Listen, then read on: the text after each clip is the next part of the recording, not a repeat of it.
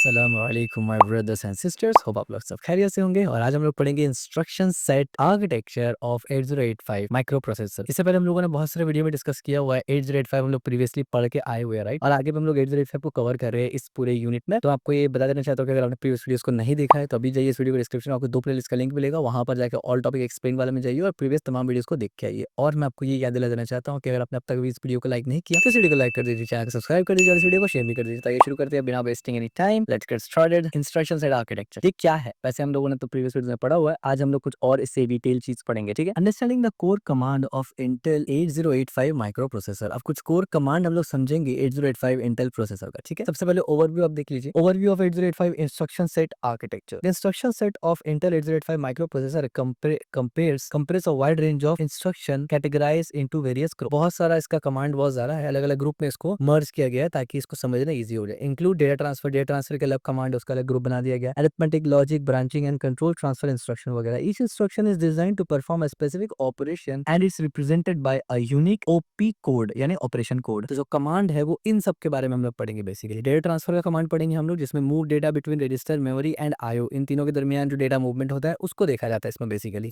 इसके बाद arithmetic command पढ़ेंगे, जिसमें perform mathematical operation like addition, subtraction वगैरह। इसके बाद लॉजिकल कमांड भी देखेंगे हम लोग, एग्जीक्यूट लॉजिकल ऑपरेशन एंड और एक्सॉर वगैरह। इस तरीके से ब्रांचिंग हम लोग देखेंगे, control program flow with jump and calls, jump वगैरह जब हम लोग करवाते हैं एक जगह दूसरी जगह, क्योंकि हमें पता है फेच, डिकोड, एग्जीक्यूशन जो है वो सीक्वेंशियली चलता है। इसके बाद हम लोग पढ़ेंगे कंट्रोल ट्रांसफर। कंट्रोल ट्रांसफर कुछ कमांड पढ़ेंगे जिसमें manage system operation like health and interrupt control वगैरह। देन स्टैक मैनिपुलेशन पढ़ेंगे, handle stack operation with push and pop. And then input output communication with external devices. ये सब चीज को हम लोग डिटेल में देखेंगे। हालांकि प्रीवियस वीडियोस में हमने ये सब को पढ़ा हुआ है, लेकिन इंस्ट्रक्शन सेट आर्किटेक्चर जो 8085 माइक्रो प्रोसेसर का इंटेल का है ना, इसके स्पेसिफिक क्या क्या कमांड है वो देखेंगे। इससे पहले तो हमने जर्नल देखा था ना, बट स्टिल अगर आपने प्रीवियस वीडियोस को देखा है तो ये आपको बहुत इजीली समझ में आ जाएगा, क्योंकि ज्यादा चेंजेस और ज्यादा फर्क नहीं होता है। सबसे पहले हम समझेंगे डेटा ट्रांसफर इंस्ट्रक्शन को। होता क्या है ये? Data transfer instruction are used to move data from one location to another location with the microprocessor system. Simple सी बात है, माइक्रो प्रोसेसर सिस्टम के दरमियान अंदर जब आप डेटा को एक जगह से दूसरी जगह पहुंचाएंगे, अब टोटल कितना जगह में डेटा पहुंच सकता है, पॉसिबल है कितना जगह पहुंचना, कमेंट में आपको ये बताना है। और मेरे ख्याल से आपने बता दिया होगा, तो मैं आपको बता देता हूँ कि क्या कहाँ कहाँ पहुंचता है। तो डेटा सिर्फ आईओ, सीपीयू और मेमोरी के इर्द गिर्द ही घूम सकता है, इसके अलावा और कुछ है नहीं जहाँ पर डेटा जाएगा, ठीक है। तीन ही चीज होता है, तो इनके दरमियान जो डेटा घूमता है ही इसी को बोलते हैं डेटा ट्रांसफर, और इसी का इंस्ट्रक्शन हम लोग पढ़ेंगे। This instruction do not modify the data being transferred, they simply copy it and source and destination. यानी ये जो डेटा ट्रांसफर का इंस्ट्रक्शन होता है ना, ये डेटा को कट नहीं करता। यानी अगर सीपीयू से मान लीजिए रजिस्टर से हमें आईओ में या मेमोरी में डालना होता, ऐसा नहीं है कि रजिस्टर से डेटा हट जाएगा और आईओ में चला जाएगा। यानी मूव या कट नहीं होता यहाँ पर हमेशा कॉपी होता है। मूव डेटा का मतलब भी कॉपी होता है यहाँ पर, ठीक है। की इंस्ट्रक्शन, अब कुछ बहुत ही इंपॉर्टेंट की इंस्ट्रक्शन है जो बहुत ज्यादा इस्तेमाल होता है उसमें से, जैसे कि मूव डेटा है। मूव में क्या होता है? Move data from one register memory location to another. इस तरीके से MIV होता है। MIV का मतलब move immediate data into register memory location. Immediate data क्या होता है आपको पता है? LXI load immediate 16 bit data into register pairs. अब आपको अगर ये नहीं पता इमीडिएट डेटा क्या होता है, तो प्रीवियस में आपने एड्रेस मोड और इमीडिएट एड्रेस आपने नहीं देखा, ठीक है। वो आपको देखना जरूरी है, इसलिए मैंने कहा प्रीवियस वीडियोस को देख लीजिए। सेम एज यहाँ पर रजिस्टर पेयर क्या होता है हमें पता है ऑलरेडी कि 16 बिट जब हम लोग बोलेंगे रजिस्टर 8085 में, तो इसका मतलब वो पेयर में होकर आता है। 6 जनरल पर्पस रजिस्टर होता है जिसको पेयर में लिखा जाता है। प्रीवियस वीडियोस आप जरूर देखिए इसके लिए। इसके बाद LDA एक होता है, इसका मतलब load accumulator with data from memory address. इसके बाद STA एक होता है, store accumulated data into memory address. और इसके बाद एक होता है LHLD और SHLD, यानी लोड एंड स्टोर HL क्या है? रजिस्टर है, पेयर डेटा फ्रॉम मेमोरी, ठीक हो गया। डेटा ट्रांसफर ऑपरेशन क्या क्या होता है हमें पता है। लोड होता है जो कि 8 बिट नंबर यानी 8 बिट नंबर इन रजिस्टर होता है। Copy from register to register ये भी होता है। Copy between register to memory ये भी होता है। Copy between input output port and accumulator ये भी होता है। Load a 16 bit number in a register pair ये भी होता है। याद रखिए ये रजिस्टर पेयर में फर्क क्या है, हमने प्रीवियस वीडियो में बहुत डिटेल में डिस्कस किया हुआ था। मैं आपको बता देता हूँ शॉर्ट में कि ये एक रजिस्टर है और ये दोनों का पेयर है, और टोटल कितना होता है? 6 होता है जनरल पर्पस रजिस्टर। किसमें? 8085 माइक्रो प्रोसेसर इंटेल वाला में जो हम लोग पढ़ रहे हैं, right. Copy between data pair and stack memory ये भी होता है, ठीक है। अब यहाँ पर हमने कुछ एग्जांपल्स भी दिया है आपको, जिससे आपको इसका अंडरस्टैंडिंग बेटर हो जाएगा। जैसे कि यहाँ पर देखिए मूव AB, इसका मतलब ये एग्जैक्ट कोड है। मूव AB और A और B में A डाल दो, क्या मतलब? Move the content from register B to accumulator A। Same as यहाँ पर MVIC और ये 05H, ठीक है। Move immediate value 05H into register C, यानी ये जो वैल्यू है 05H इसको रजिस्टर C में डाल दो, ठीक है। सेम एज यहाँ पर LDA 2000H, क्या ये मेमोरी लोकेशन है, तो ये मेमोरी एड्रेस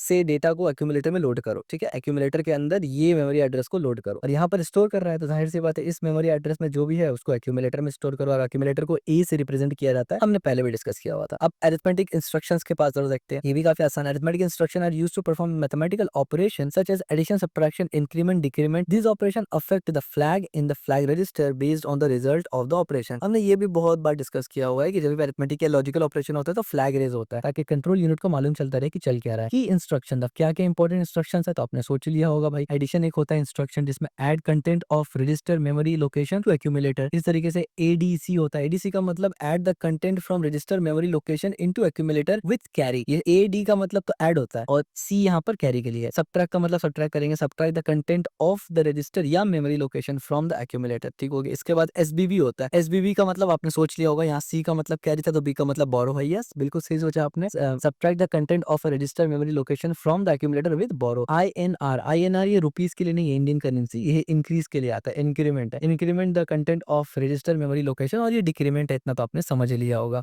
और अरिथमेटिक ऑपरेशन कैसे होता है हमें पता है। Addition of two 8 bit number, 2 8 bit number का एडिशन होगा, सबट्रैक्शन भी ऐसे होगा और इंक्रीमेंट भी ऐसे ही होगा। कुछ बेसिक एग्जांपल हमने यहाँ पर दिया हुआ है, जैसे कि ये कोड का मतलब क्या होता है कि कंटेंट रजिस्टर बी को एक्यूमुलेटर में डाल दो, ऐड कर दो। और यहाँ क्या होगा इसका मतलब, वो क्या, add the content of register C into accumulator with carry, यानी यहाँ पर डालना है कैरी के साथ, यहाँ डालना है नॉर्मल विदाउट कैरी। सब ट्रैक में भी सेम है। डी रजिस्टर को डाल दो एक्यूमुलेटर के अंदर और यहाँ पर कंटेंट को यहाँ पर क्या, अच्छा इंक्रीज है, यहाँ पर increase the content of register E bye 1, यानी ई का जो भी वैल्यू उसमें एक प्लस कर दो। बहुत सिंपल सा चीज है। प्रीवियस वीडियोस में हमने इसको बहुत डिटेल से डिस्कस किया और काफी पहले डिस्कस किया था। इसके बाद आता है लॉजिकल इंस्ट्रक्शन। लॉजिकल इंस्ट्रक्शन क्या होता है भाई, बहुत आसान है, बिल्कुल अरिथमेटिक की तरह ही होता है बट काम अलग करता है। Logical instruction are used to perform bitwise logical operation such as AND OR XOR and complement. Complement का मतलब उल्टा कर देगा, ठीक है। These instruction also include rotate and compare instruction which is essential for bit manipulation and decision making in programming. आपको पता है कि ये सब क्या होता है, प्रीवियस वीडियोस हमने पढ़ के आए हैं। आइए हाई लेवल ओवरव्यू भी देख लेते हैं कि इंस्ट्रक्शन क्या क्या होता है। एनएन, एनएन का मतलब क्या होता है, perform logical and operation between the accumulator and the register and memory location. तो अब यहाँ पर देख रहे हैं ना, बार बार जितना भी जो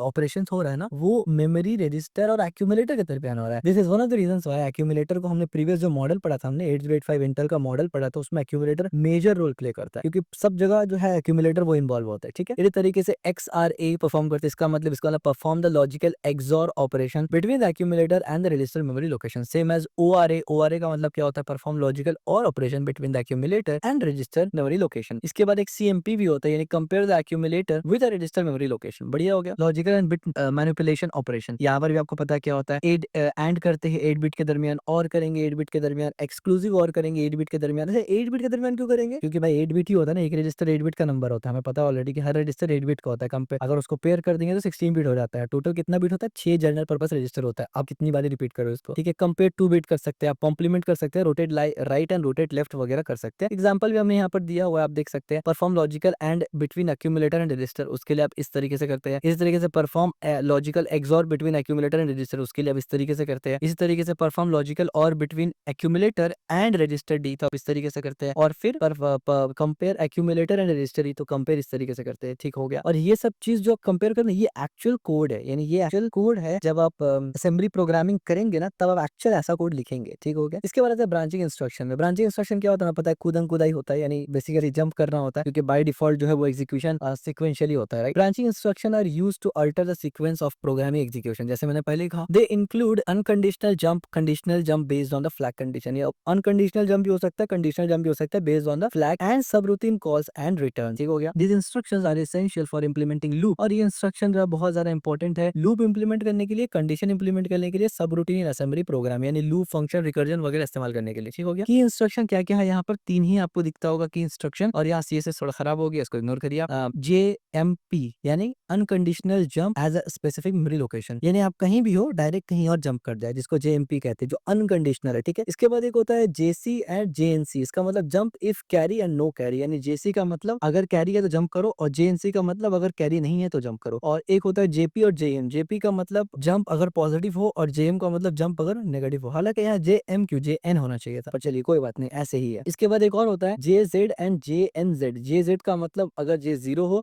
यानी अगर 0 हो J0 ना हो, J क्या 0 होगा, अगर 0 हो तो जंप करना है, और अगर JNZ का मतलब 0 ना हो तो जंप नहीं करना। अच्छा, ये 0 हो 0 ना हो क्या है, क्या बात क्या कर रहे हैं हम लोग, ये कह रही है फ्लैग्स है मेरे भाई, अगर ये फ्लैग हो तो ये काम करेगा, ये फ्लैग ना हो तो ये काम करेगा। इसी वजह से हमने कहा था कि जंप कंडीशनली और अनकंडीशनली होना तो है ही है, जाहिर सी बात है, कभी फ्लैग आएगा कभी नहीं आएगा, तीसरा तो कुछ हो नहीं सकता। तो इसका मतलब हमेशा जंप जो और ब्रांचिंग जो है वो तो मतलब ट्रिगर होगा ही होगा, चाहे कंडीशनल हो चाहे अनकंडीशनल हो, ठीक है। इसके बाद एक JPE और JPO होता है, यानी जंप इफ पार्शियली इवन और ऑड, यानी वही ऑड इवन वाला चक्कर। इसके बाद कॉल अ सब routine at specific location address, और आरटीई का मतलब रिटर्न फ्रॉम सब रूटीन होता है। कुछ एग्जांपल्स भी यहाँ पर हमने दिया हुआ है ब्रांचिंग इंस्ट्रक्शन का। आप देखिए जंप इतना मेमोरी में जाएंगे तो अनकंडीशनल जंप लेगा, ये कुछ इस तरीके से हम लोग लिखते हैं इसको। जेसी का मतलब क्या करेगा, मेमोरी लोकेशन में जंप करेगा अगर सेट फ्लैग हो, यानी अगर कैरी फ्लैग सेट हो तो, यानी कैरी हाथ में हो तो इसको इस तरीके से लिखते हैं। जेजेड का मतलब क्या होता है, जंप एड्रेस इतना अगर फ्लैग 0 हो तो इस तरीके से लिखते हैं। इसी तरीके से सब रूटीन मेमोरी एड्रेस में इस तरीके से लिखते हैं, पुश करना है। आपको पता है सब रूटीन जो है वो बेसिकली स्टैक से रिलेटेड काम करता है, और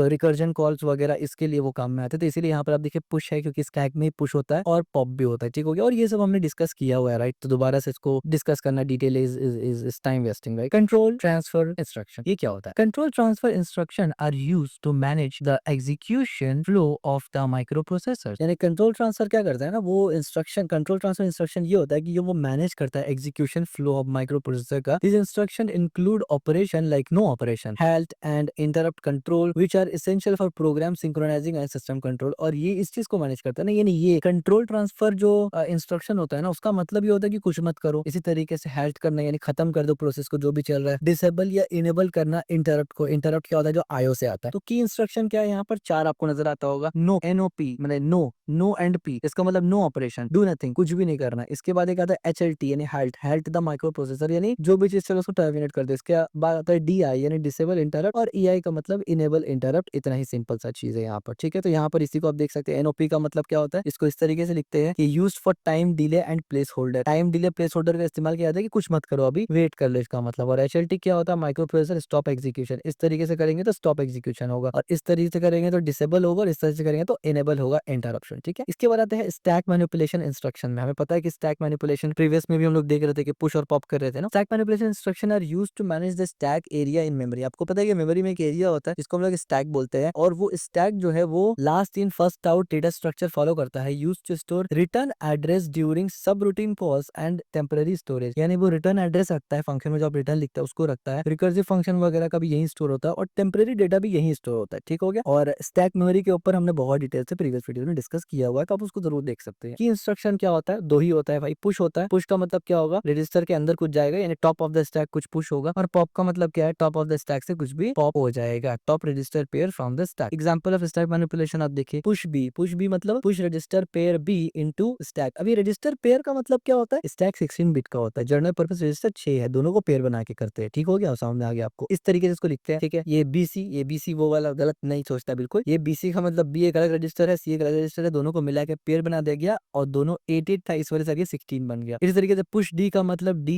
एक पेयर रजिस्टर है, और इसमें पुश को डी कर रहे हैं, ठीक है। सेम है इस तरीके से, कोई डिफिकल्ट चीज नहीं है, आप समझ गए होंगे। You got the point, right. इसके बाद इनपुट आउटपुट इंस्ट्रक्शन, जो ऑफ कोर्स हमारा लास्ट टॉपिक है अभी का। इनपुट आउटपुट इंस्ट्रक्शन क्या होता है, input output instruction are used to transfer data between microprocessor and external devices. Already आपको मालूम है, कुछ समझाने लायक इसमें है नहीं। These instructions enable the microprocessor to communicate with the peripheral devices such as keyboard, display and other output devices। इसको भी कोई समझाने वाली बात नहीं, आपको ऑलरेडी पता है। आईओ को हम लोग बहुत तफसील से पढ़ के आए हैं कि इंस्ट्रक्शन क्या होता है। एक होगा IN इन यानी इनपुट, जिसमें आप रीड करेंगे डेटा फ्रॉम इनपुट पोर्ट्स। एक ही तरीका है, यानी या तो इनपुट होगा या तो आउटपुट होगा। तो इनपुट में आप क्या करेंगे, रीड ही करेंगे, यानी आपसे मुराद है जो सीपीयू रीड ही करेगा। और आउटपुट में क्या है, सीपीयू कुछ ना कुछ राइट करेगा या कुछ ना कुछ आउटपुट डिवाइस को देगा। इसके अलावा तीसरा तो कुछ हो नहीं सकता। तो इस पे एग्जांपल आप दे दीजिए किस तरीके से है। Read data from input port इतना इनटू एक्यूमुलेटर, यानी पोर्ट नंबर इतना या पोर्ट का एड्रेस इतना है, उसको एक्यूमुलेटर में डाल दो। मान लीजिए आपने ए प्रेस किया, ये ए रिप्रेजेंट कर रहा है, एग्जांपल के तौर पर बता रहा हूँ। तो ये जो ए वर्ड है, या मान लीजिए हेलो वर्ल्ड लिखा हुआ है, ये एक्यूमुलेटर के अंदर चला गया। इसी तरीके से आउट यानी आउटपुट है, इसको इस तरीके से काम करते हैं तो आउटपुट आ जाएगा, यानी जो ऑलरेडी सीपीयू के पास है उसको मॉनिटर पे आउटपुट कर सकते हैं आप, एग्जांपल के तौर पे। तो this is all about instruction set. तो इसमें बेसिकली हम लोगों ने देखा क्या क्या, देखिए एक बार आपको मैं रैप अप देता हूँ ताकि आपको समझ में आ जाएगा। कंप्लीट ओवरव्यू मैं आपको देखा स्पीड में दूंगा। Overview of 808 instruction set. देखिए इंस्ट्रक्शन सेट आर्किटेक्चर हम लोगों ने ऑलरेडी पढ़ा हुआ है, that's one of the reasons why उस वीडियो को आपने अच्छे से पढ़ा है, बोलकर आपको इसमें कोई भी डिफिकल्टी फेस नहीं हुआ होगा। सब चीज आपको ऑलरेडी लगभग मालूम होगा। आपको लगता होगा ये तो रिपीट हो रहा है, लेकिन एक्चुअली में रिपीट नहीं हो रहा है। ये जो है हमने इससे पहले जो पढ़ा था ना instruction set architecture, that is different, वो जर्नल था। अभी जो हम लोग इंस्ट्रक्शन सेट आर्किटेक्चर पढ़ रहे हैं ये स्पेसिफिक 8085 के लिए है। तो इसमें किस किस चीजों के लिए इंस्ट्रक्शन आता है, डेटा ट्रांसफर के लिए आता है जो हमें ऑलरेडी मालूम था, अरिथमेटिक के लिए आता है, लॉजिकल के लिए आता है, ब्रांचिंग के लिए आता है, कंट्रोल ट्रांसफर, स्टैक मैनिपुलेशन और इनपुट आउटपुट। पहली बात तो ये है कि ये अलग अलग टॉपिक जो है ये हम लोग पढ़ चुके हैं। प्लस जब जब हमने ये टॉपिक्स पढ़ा था तो उसमें हमने देखा भी था कि ये ट्रांसफर और ये मैनिपुलेशन ही कैसे होता है। So that's one of the reasons why इस आर्किटेक्चर में भी ये सब चीज इस्तेमाल हो रहा है, लेकिन अलग तरीके से हो रहा है, क्योंकि हमने इन सब को डेडिकेटेड पढ़ चुके हैं ना। तो इस वजह से कोई भी अलग अलग सिनेरियो में अगर हम लोग इसको पढ़े तो हमारे लिए वो नया नहीं होगा, यानी ये चीज तो नहीं बदल रहा है ना, बस इसका इस्तेमाल बदल रहा है, आप ये समझ सकते हैं। So it's simple, so it's all about instruction set of 8085 Intel micro processor. तो अगर आपको वीडियो पसंद आया तो इस वीडियो को लाइक जरूर करना, चैनल को सब्सक्राइब जरूर करना और इस वीडियो को शेयर जरूर करना।